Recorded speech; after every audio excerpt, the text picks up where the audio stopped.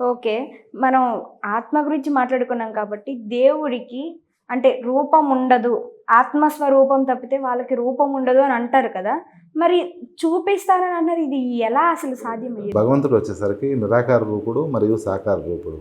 చాలామంది ఆర్గ్యుమెంట్లు సాకార రూపం, భగవంతుడు రూపం లేదని వీళ్ళు చెప్తుంటారు. కానీ గీతలో మనకు అందరికీ తెలిసింది ఒకటి ఉంటుంది. ఒకే సాధనగా యదా యదా హి ధర్మస్య గ్లానిర్భవతి భారతః అనేసి శ్రీకృష్ణ భగవానుడు చెప్పాడు. ఎప్పుడైతే అధర్మం పెచ్చురేగిపోతుందో అప్పుడు నేను ధర్మం కోసం శరీరాన్ని దాల్చి వస్తాననేసి. ఆయన అంశ ఉంటుంది. ఆ పరబ్రహ్మ అంశ ఏదైతే ఉంటుందో ఆ అంశ ఉంటుంది. ఇప్పుడు ఆ శ్రీకృష్ణ భగవానుడు మనం నమ్మేది ఆయన చరిత్రలో ఉన్నది, సాక్ష్యాధారాలు ఉన్నవి, చాలామంది చూసిన వాళ్ళే. అదే మనం డైరెక్ట్గా కూడా విద్య ద్వారా కూడా మనం చూడవచ్చు అనమాట. అది అంశ అనేది ప్రతి ఒక్క భక్తుడి కానీ లేదా శాస్త్ర ప్రకారం కానీ ఎక్కడైతే మనం స్థాపన చేసి మంత్రపూర్వకంగా మనం నిలబెట్టగలుగుతామో అక్కడ శక్తి అనేది దేవతా శక్తి ఉంటుంది ఖచ్చితంగా. నేను ఆ రకమైన శక్తిని మాత్రమే మనం చూడగలుగుతాము, కొన్నిటిని మాత్రం కంట్రోల్ చేయగలుగుతాము. అలాగే కంట్రోల్ అంటే ఏ విధంగా చేయాలి? అంటే రిక్వెస్ట్ మీద ఏదైనా అవసరానికి మాత్రము అంటే ప్రార్థన చేసి వేడుకోవడం కానీ ఏదైనా మాకు కొంచెం పని చూడమనేసి కొన్ని విధానాలు ఉంటాయి, ఆ విధానాల ప్రకారం చేయగలుగుతాం. ఇంకా ఇందులో ఇంకేమైనా ఉంటాయంటారా? లైక్ దేవతల్ని ప్రతిష్ఠించడమే కాకుండా ఇంకా సాధన చేయడం వల్ల ఇంకేమేమి చేయగలచ్చు అంటారు? సాధనకి పరిపూర్ణత ఎప్పుడు అవుతుందంటే జ్ఞానంతో కూడుకున్న సాధన అంటే సాధన పరులు కానీ మీకు అంటే సగుణ రూపంలో చేసే సాధన ఎలా వస్తుంది అంటే వీళ్ళు పరబ్రహ్మతత్వం ఉన్నారు అని తెలుసు. అలాగే ఇప్పుడు సపోజ్ మీకు వెంకటేశ్వర స్వామి ఇష్టము, ఆయనే సర్వస్వం అనుకొని చేస్తారు, ఆయనే పరబ్రహ్మ స్వరూపం అని చేస్తారు. మరి అప్పుడు వెంకటేశ్వర స్వామికి ఆకారాధన ఉంది కదా, మరి ఆయన లేరంటారా? ఆయన పరబ్రహ్మం కాదంటారా?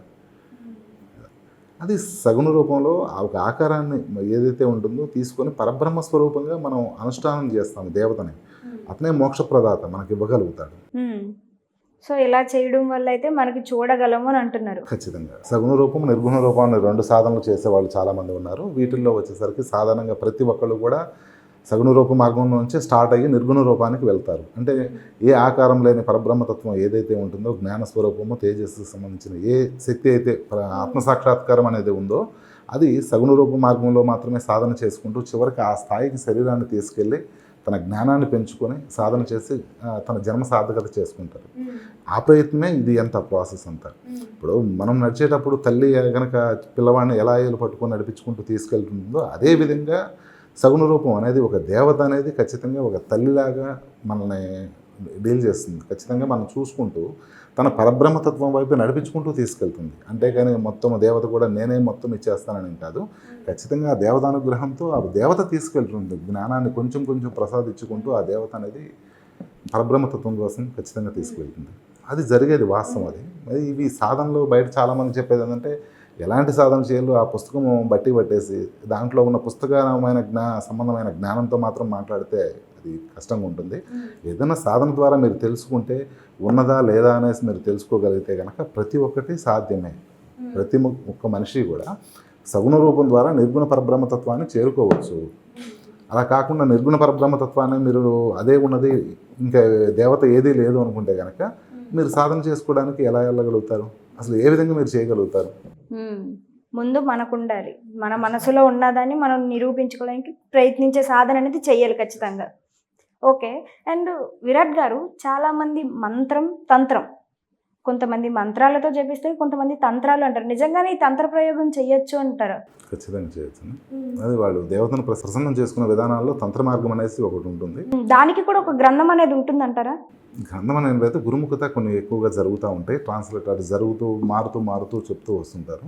అవి అద్భుతంగా పనిచేస్తుంటాయి. అవి మీకు బయట ఎక్కడా చూడనివి మేము కార్యక్రమాలు చేసేది. ఆ కార్యక్రమాలు ఒక స్థాయికి వచ్చిన శిష్యులకు మాత్రము రహస్యం చెప్పేసి విద్యను వాళ్ళకి పూర్తిగా ఇవ్వడం జరుగుతుంది.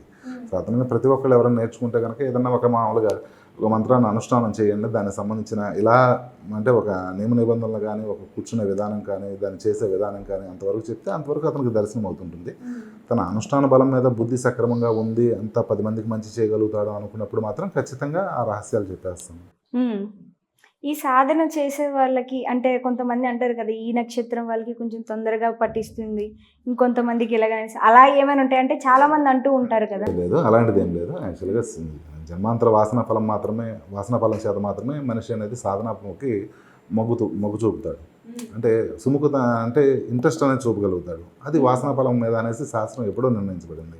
ఇప్పుడు మీరు ఒక ఫీల్డ్లోకి మీకు ఒక రకమైన ఫీల్డ్ ఇష్టము, అది వాసన ఫలం అంటాం. అంటే ఎక్కడో తగులుతుంది, నాకు అది తప్ప ఇంకేం అవసరం లేదనేసి భావంతో ఉంటారు, అది వాసన ఫలం మాత్రమే.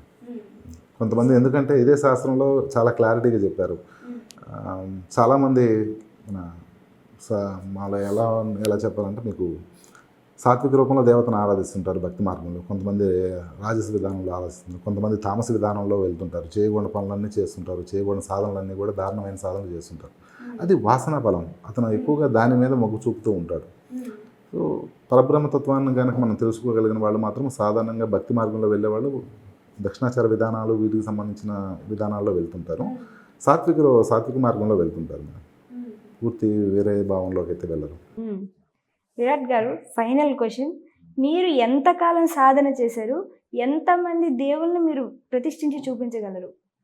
నేనా యాక్చువల్గా ప్రధానంగా నేను చెప్పాను కదా, ఒక ఇద్దరిని మాత్రం చూపించగలుగుతాను. అనుష్ఠానం చేసిన దేవతలు చాలా సంబంధించి ఉన్నాయి నా దగ్గర.